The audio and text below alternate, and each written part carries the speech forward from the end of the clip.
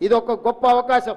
ఈ జిల్లా ప్రజలు ఆశీర్వదించబట్టి ఈరోజు తెలంగాణ రాష్ట్రానికి రెండవ ముఖ్యమంత్రిగా తెలంగాణ 4 కోట్ల ప్రజలకు నాయకత్వం వహించే అవకాశం వచ్చింది. ఈ జిల్లా రుణం తీర్చుకునే అవకాశం నాకు వచ్చింది. ఈరోజు ఈ ప్రాంతంలో గతంలో ఎంతోమంది, ముఖ్యంగా చిట్టెం నర్సిరెడ్డి గారు లాంటి సీనియర్ ప్రజాప్రతినిధులు ఈ ప్రాంతం నుంచి ప్రాతినిధ్యం వహించారు. అందుకే ఈరోజు అన్ని అనుమతులు చీఫ్ సెక్రటరీ గారిని ఒకసారి ఎగ్జామిన్ చేయమని చెప్తున్నా. ఇక్కడున్న ఈ మెడికల్ కాలేజ్ వీటికి చిట్టెం నర్సిరెడ్డి గారి పేరు పెడితే తప్పకుండా అది సముచితంగా ఉంటుంది అని నేను భావిస్తున్నా. దాదాపుగా 50 సంవత్సరాలు ప్రజా జీవితంలో వారు ఈ ప్రాంత ప్రజలకు సేవలు అందించారు. ఈ ప్రాంత ప్రజలకు సేవలు అందించిన చిట్టెం నర్సిరెడ్డి గారి పేరు ఈ మెడికల్ కాలేజ్కి పెట్టడం సముచితమని నేను అనుకుంటున్నా.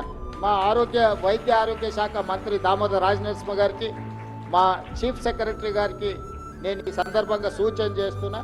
ఒకసారి వాటిని పరిశీలించి నిర్ణయం చేసి ఈ నూతనంగా నిర్మిస్తున్న ఈ మెడికల్ కాలేజ్కి మీరు చిట్టెం నర్సిరెడ్డి గారి పేరును పెట్టడానికి అవసరమైన అన్ని చర్యలు తీసుకోవాల్సిందిగా ఆదేశాలు ఇస్తూ మీ అందరిని మరొక్కసారి మనస్ఫూర్తిగా అభినందిస్తున్నా.